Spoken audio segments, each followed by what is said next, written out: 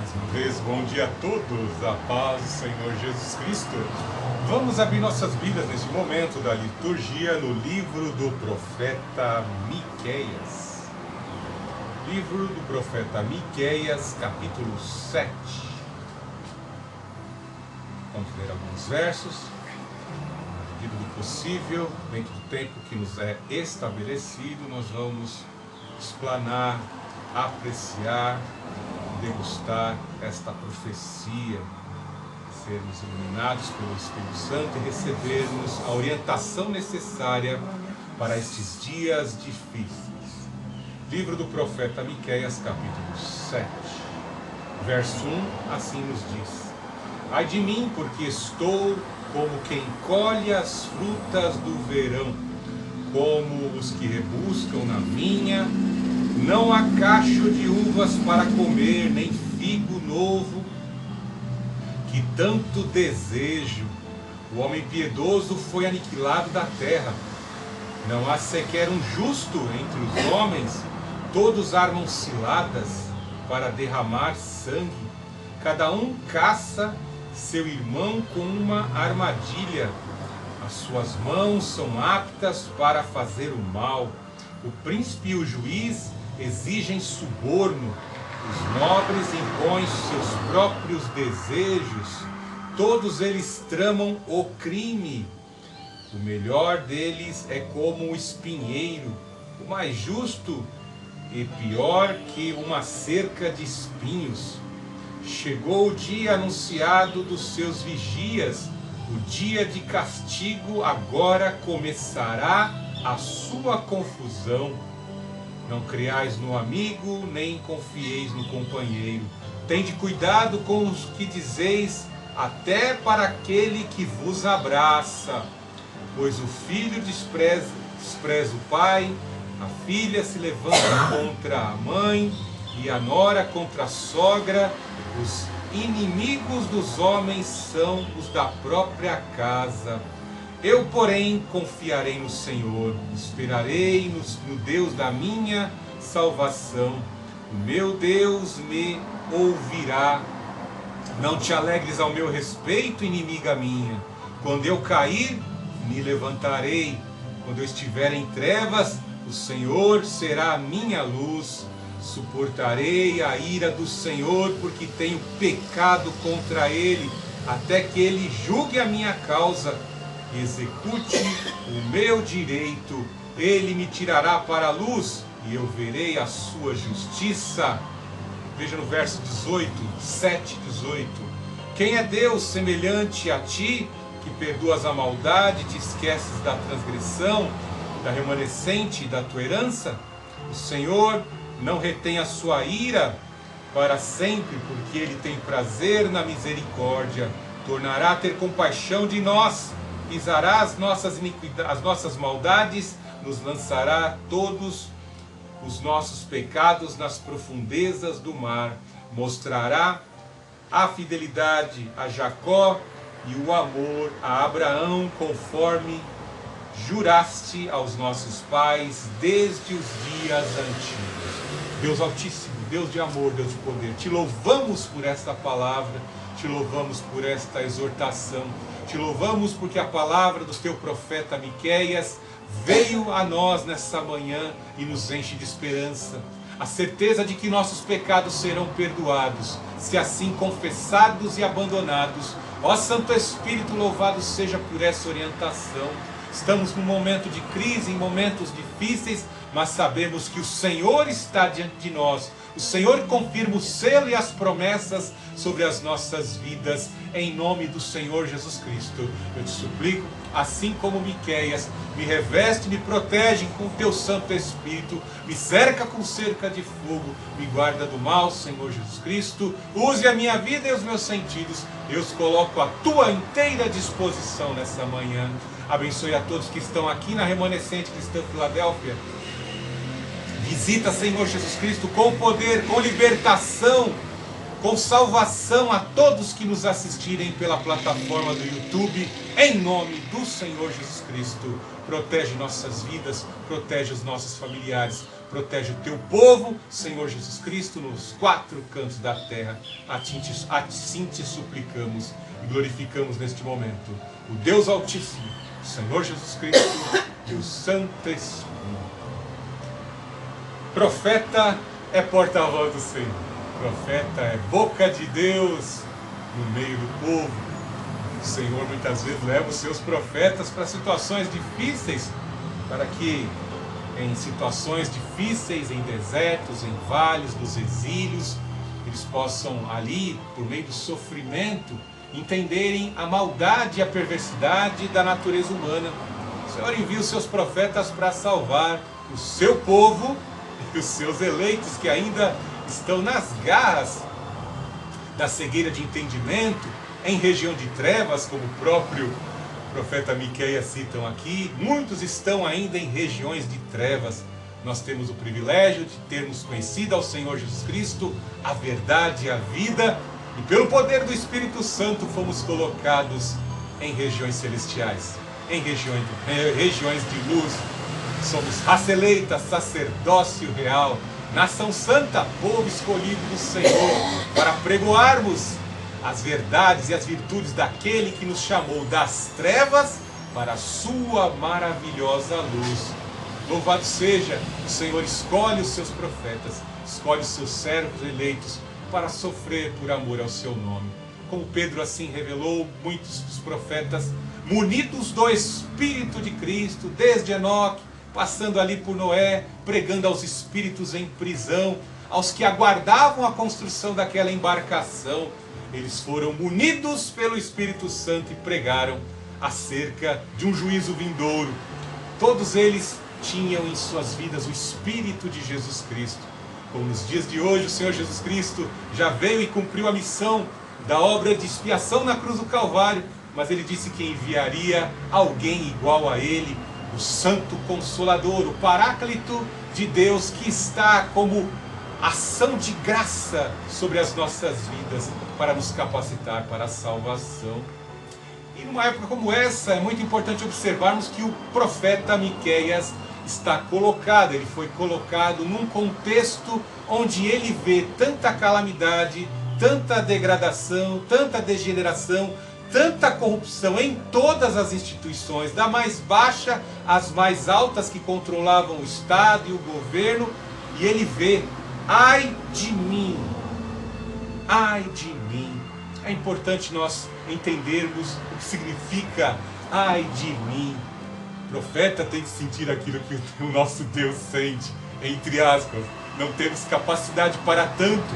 Somente o coração perfeito e todo-poderoso de Deus é que pode sentir essa dor. Veja, entre aspas, o que sofreu o nosso Senhor Jesus Cristo na cruz do Calvário. Todas as nossas maldições foram imputadas sobre o Filho de Deus. E o profeta tem que provar isso muitas vezes. Parte disso para que sinta, para que possa pregar em profundidade aquilo que Deus realmente sente pelo pecado.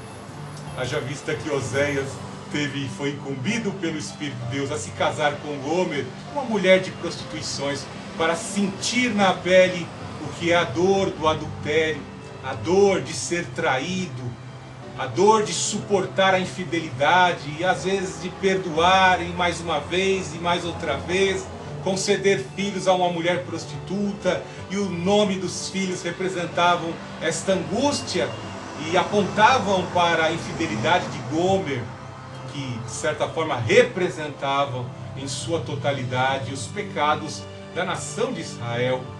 Veja, o profeta se coloca nesse contexto: ai de mim, porque estou como quem colhe as frutas de verão.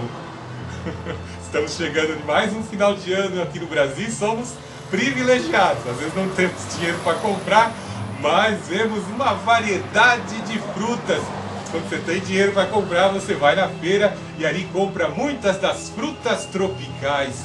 Vemos aí mangas, abacaxis, melancias, melões, tantas frutas deliciosas, são frutas típicas. Veja como nosso Deus, na sua sabedoria, Ele prepara diante de uma condição climática, diante de terra fértil, abençoada, como essa terra do Brasil, e vemos aqui uma variedade de frutas que estão disponíveis para o nosso consumo.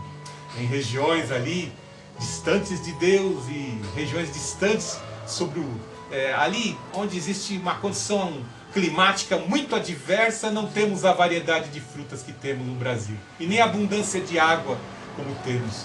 Diante desta realidade, você como profeta de Deus, você tem glorificado a Deus pelo banho que você tomou, pela água que você tomou, pelas vestes que o Senhor te concedeu, pela vida, pela consciência, pela obra do Espírito Santo que te colocou em regiões celestiais, pela obra do Senhor Jesus Cristo. Você tem aprendido a ser agradecido por ter conhecido a verdade, conhecer a realidade à sua volta. Veja que ele usa a ilustração de buscar frutas numa época de verão, e ele sabia muito bem as árvores frutíferas que poderiam ser desfrutadas naquela época do ano.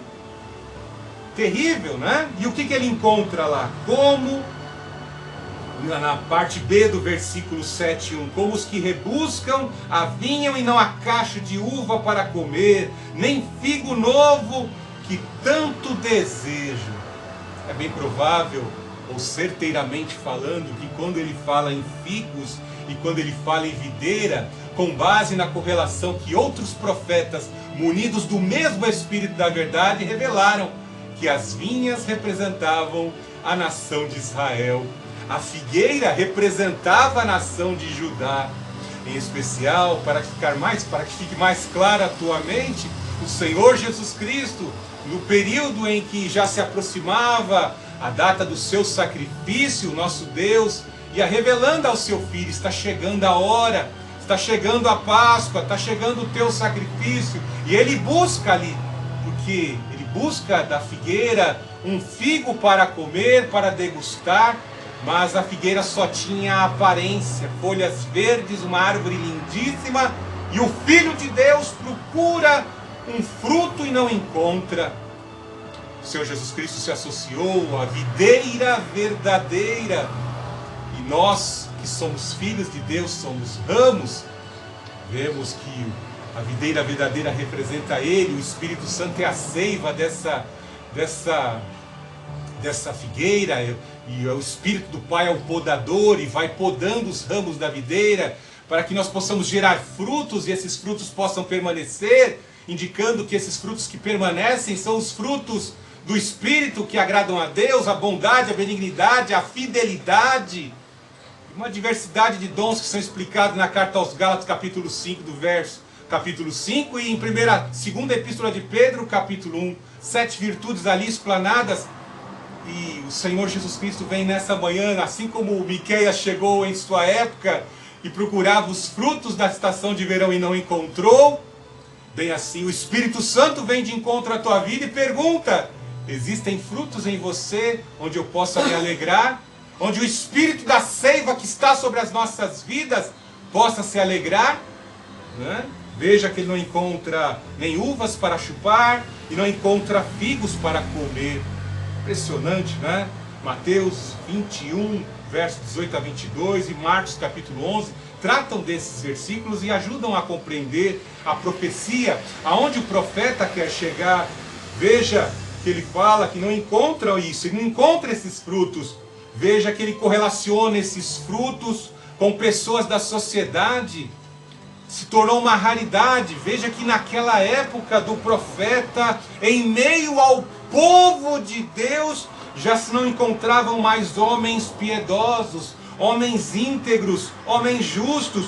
O homem piedoso foi aniquilado da terra. Ciente de que aqueles que tentam se parecer com Jesus Cristo, que tentam obedecer a Deus e ser luzeiros nesse mundo, serão alvo. Existe um alvo nas costas de quem prega a verdade. Existe um alvo nas costas sobre a vida daqueles que tentam ser justos e piedosos. O que fizeram com o mais justo de todos? O Senhor Jesus Cristo foi eliminado. O que fizeram com os profetas? Jerusalém, que mata os seus profetas. Veja que o mal se infiltra, coopta e alicia as instituições e até mesmo as religiões, e vão criando falsas narrativas, falsas ideologias, vão havendo novas perspectivas de Messias. A inveja de Lúcifer em enganar as pessoas, os credos religiosos, criando falsos messias, falsas esperanças, falsas narrativas e levando todos ao engodo, e levando os pequeninos ao comodismo, à letargia espiritual. A pessoa pensa que está na verdade, não está. A pessoa pensa que às vezes por estar cercado de bens materiais está sendo abençoado por Deus, mas está mal alinhado, está distante de Deus. Não possui figo, não tem uva, não tem fruto para apresentar ao Senhor, ostentando a sua riqueza, idolatrando a sua riqueza, suas posses, seus bens, e acha que tenho de tudo, não me falta nada, é Deus que está me abençoando. Veja, esse versículo 7, ele é riquíssimo em explanar a realidade que o profeta está vendo, e ele se encontra nesse contexto. Olha que sociedade, ai de mim, pois eu estou numa sociedade semelhante a essa de Miqueias aí. Não há sequer um justo entre os homens, todos armam cilada. Olha que coisa terrível. Veja que tudo aquilo que é do caráter de Lúcifer, de deliberadamente armar planos, sentir inveja, tentar destruir, tentar apagar a luz do próximo, tentar corromper, tentar levar por meio do pecado as doenças físicas, emocionais, espirituais, tudo isso faz parte do reino do diabo. E ele conseguiu implementar isso sobre a terra. Quantos num final de ano como esse, por mais que estejam com o seu corpo físico saudável, estão lá cheios de doenças espirituais, amargura, rancor, ressentimento, à beira da loucura, por não atingirem certas metas que o mundo estabelece e não que Jesus estabeleceu em sua palavra. Temos que agradar a Deus, estarmos bem com Ele este final de ano, louvando a Deus, porque no Natal o nosso Deus se importou com a humanidade. O Verbo, o Filho de Deus, encarnou e habitou entre nós, Ele tabernaculou. Mas veja como o mundo aí está tão corrompido, né? Ah, não atingi tal meta, não encontrei tal pessoa, não atingi esse objetivo. Né? E fica ali sorrindo, emocionado com o ciúminho da indústria hollywoodiana, né? É um Papai Noel com um monte de demôniozinho, de duende, e por aí vai. E é encantado com essas narrativas, com a ilusão do entretenimento, né? Com comerciais ali que, né, são financiados por estruturas que não são de Deus, mas sim deste mundo, e que passarão pelo juízo de Deus. Armam ciladas, veja, coisa terrível. As pessoas maquinam mal, como maquinaram contra o Filho de Deus, que é verdade. Nos dias de hoje existem mentes inteligentes para este mundo, mas que maquinam o mal, armam ciladas, como aprisionar as pessoas, como manter todos aprisionados, para derramar sangue. Se possível for, vamos eliminar a concorrência, vamos tomar e furtar e eliminar. Cada um caça o seu irmão com uma armadilha. Está ficando mais profundo, porque ele está lidando aqui com o povo de Deus, e ainda fala de irmão que caça irmão.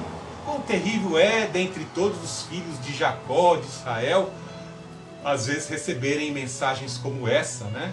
Serem cooptados por mensagens como essa, pela inflamação e disseminação de coisas que são erradas, ao ponto de caçar e perseguir o seu irmão, como Esaú a Jacó, e algo que se arrastou, e até os dias de hoje, né? Se não der tempo para falar, mas eu falo, né? Quão terrível é lá os inimigos atirando mísseis contra Israel. Uma noite ali festiva, os libaneses olhavam para Hamas atirando mísseis contra o povo de Deus Israel, e eles celebrando cada míssil atirado e comemorando como se fossem fogos de artifício que estavam caindo contra o inimigo deles. Olha que coisa terrível, né? Celebrando ataques ilegítimos, ataques injustos contra o povo de Deus, a única democracia ali da Palestina.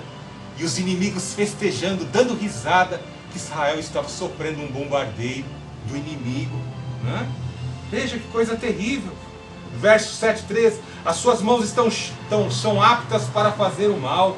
O príncipe e o juiz exigem suborno. Os nobres impõem seu próprio desejo. Todos eles tramam o crime. Notou aí o grande consórcio? Naquela época já existia, imagina nos dias de hoje. Né? Todas as instituições, universidades, sistema jurídico totalmente cooptados, formando um grande consórcio. Todos fazem parte desta trama maligna para destruir o que é bom, o que é justo, o que é íntegro, aquilo que Deus criou como algo bom para a sobrevivência da sociedade. Esses homens tramam o mal, são agentes do mal. Por isso que João afirmou que este mundo jaz do maligno. Os agentes do mal já ocuparam os espaços das instituições. Não existe mais nenhum local onde eles não possam ocupar. Somente o poder de Deus para resgatar os eleitos que ainda estão ali dentro, corrompidos nessas instituições. Tenhamos cuidado. Veja no verso 4, o melhor deles é como um espinheiro, o mais justo é pior que uma cerca de espinhos. Chegou o dia anunciado para os seus vigias, dia de castigo, agora começará a sua confusão.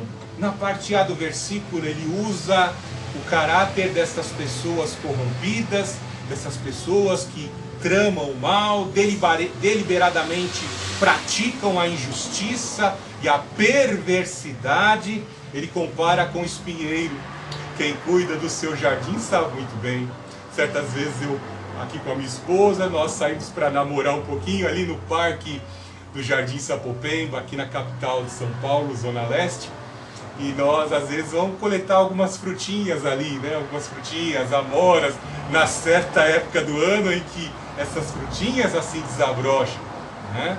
Mas, às vezes, nós notamos que para chegar até algumas árvores frutíferas tem que passar por algumas árvores que possuem verdadeiras farpas. E se não tomarmos cuidado com os nossos olhos, aquelas farpas podem nos furar os olhos. Em especial aqui, vemos que Miqueias quer encontrar algo bom, um fruto, e não encontra. Mas o que ele encontra são pessoas que são parecidas com espinheiros, né? Se você vai tentar tratá-las, os espinhos acabam te furando. Os espinheiros te furam, né? Veja que ele fala aqui, o mais justo é pior que uma cerca de espinho. Ou seja, o fedido e o mal lavado, entre o sujo e o mal lavado, está tudo degenerado. Verdade parcial, né? A palavra de Deus fala claramente, ou nós somos quentes, ferventes e justos, santificados, do que ser frio, né? Porque o morno já foi vomitado.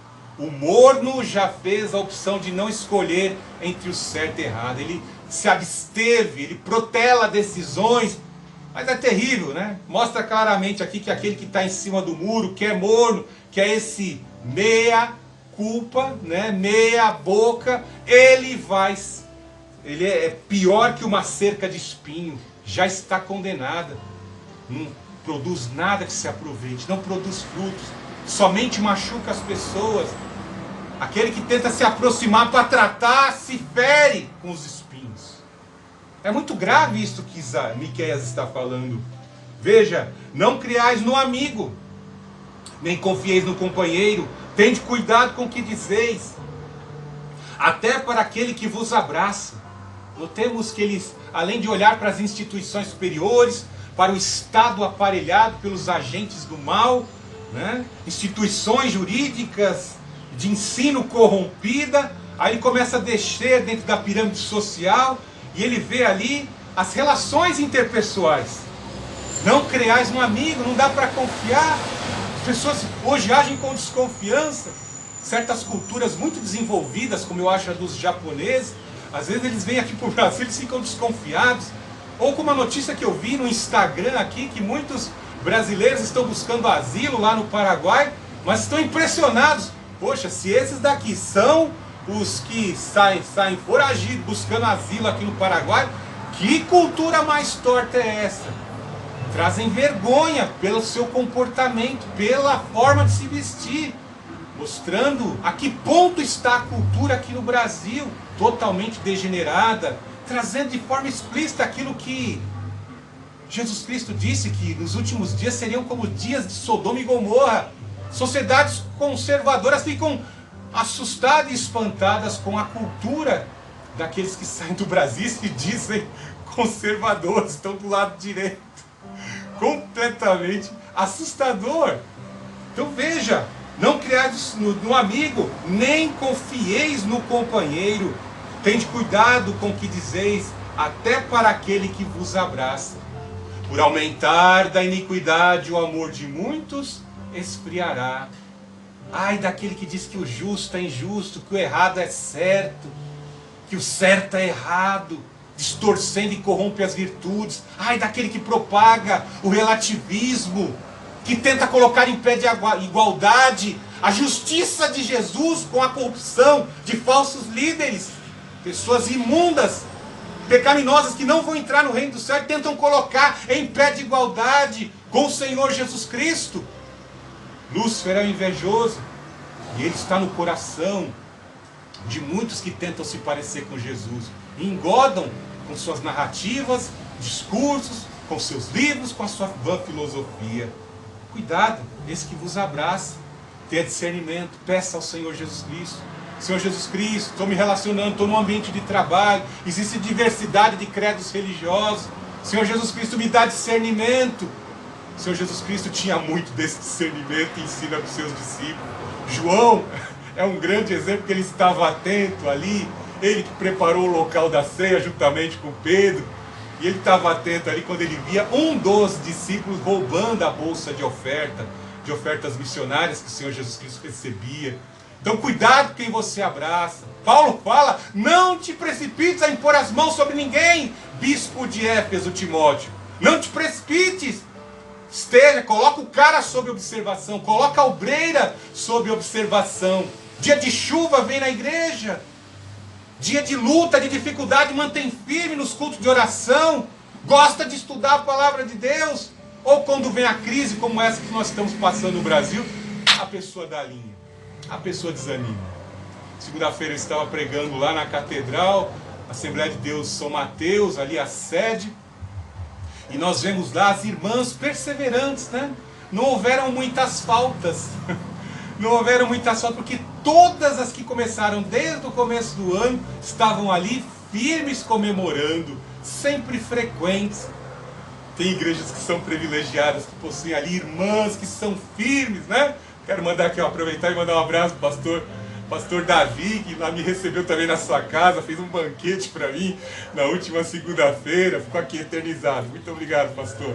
Né? Perseverante em todos os cultos de intercessão à segunda-feira, é o alicerce da igreja, são alicerces da igreja na intercessão, no clamor e na súplica. Louvado seja o Senhor Jesus Cristo. Veja no verso 6, pois o filho despreza o pai, a filha se levanta contra a mãe, e a nora contra a sogra. Os inimigos do homem são como são os da sua própria casa.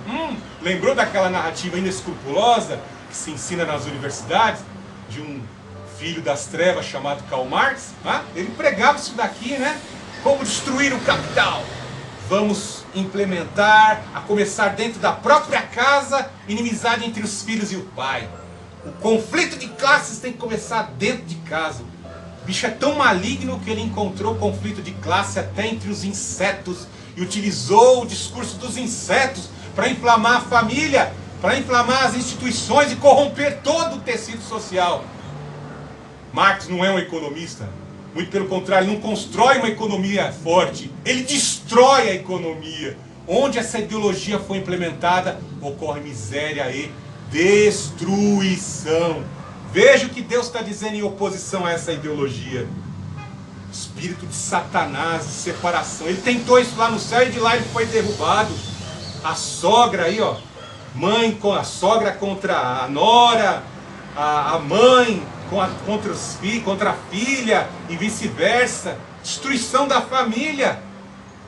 Veja que diante de tanta calamidade, nós não podemos deixar que esse mal nos contamine. Por aumentar da iniquidade, o amor de muitos se esfriará. Não, muito pelo contrário. Quando nós vemos toda essa apostasia, toda essa destruição e miséria, toda essa degradação, nós temos que olhar para os céus, porque estamos cercados por estes problemas e nós temos que fazer o quê? Eu, porém, confiarei no Senhor, esperarei no Deus da minha salvação. o meu Deus me ouvirá. Olha o que ele está dizendo aqui. Que se levantam os justos, mas como foi dito aqui, o homem piedoso foi aniquilado. O homem justo que tentou foi abatido. Ele tentou levantar como os profetas, Israel que mata os teus profetas. Deus levanta líder, mas eles se abatem, eles eliminam. Isso nos mostra o quê? Que muitas vezes não será por força de líderes nessa terra, será pela força do Senhor. Temos que confiar no Senhor. Quando vemos a maldade, a iniquidade ser disseminada, impregnar na vida das pessoas como uma doença social, nós temos que ser como Pedro nos ensinou: não vos cansais de fazer o bem. Paulo ensinava isso. Como nos portar nos últimos dias, onde a apostasia, o engano, a degradação foram implementadas. Nós devemos perseverar, como é recomendado à igreja de Filadélfia. Perseverar, sermos resilientes, não se deixar contaminar, não adotar o vocabulário deles, não assumir a desesperança e abandonar tudo, cuspir na Bíblia e xingar a Deus. Deus não tem culpa de nada do que reclama o homem que é uma vivente nessa terra, senão dos seus próprios pecados. Veja, o Senhor ouvirá. O Senhor ouvirá o nosso clamor. Ele prometeu que virá buscar a sua igreja. Os mortos que morreram na esperança do Redentor vão ressuscitar e receber corpos incorruptíveis. E nós que estivermos vivos também seremos juntamente arrebatados, com natureza agora transformada em incorruptível, para encontrar o Senhor Jesus Cristo nos ares. Essa é a promessa que Paulo deixa para a sua igreja. Aguardar a vinda do Senhor em um encontro com o noivo. Nós como noiva estamos ansiosos. Eu quero as núpcias, eu quero casar, eu quero as bodas do Cordeiro. A igreja tem que estar ansiosa como a noiva está para se casar. Veja o que ele fala: não te alegres a meu respeito, inimiga minha. Quando eu cair, me levantarei. Quando eu estiver em trevas, o Senhor será a minha luz. Que versículo, que profecia maravilhosa, apontando para dois cativeiros. O cativeiro assírio que destruiu Samaria em 722 a.C. O cerco de Samaria durou 3 anos e meio. Foi muita fome, miséria, pobreza, destruição, ao ponto das próprias mães comerem seus filhos em Samaria. O cerco da Judéia, de Jerusalém, também durou 3 anos e meio. E atos de canibalismo também foram praticados. A cidade foi cercada pelos babilônios em 586 a.C. Destruição houve, né? Mas da forma como ele fala aqui, dá-se entender que tem gente torcendo. Como eu disse, eu pensei que não ia dar tempo de falar, por isso eu falei antes, mas eu falo de novo, né? Israel lá recebendo mísseis de grupos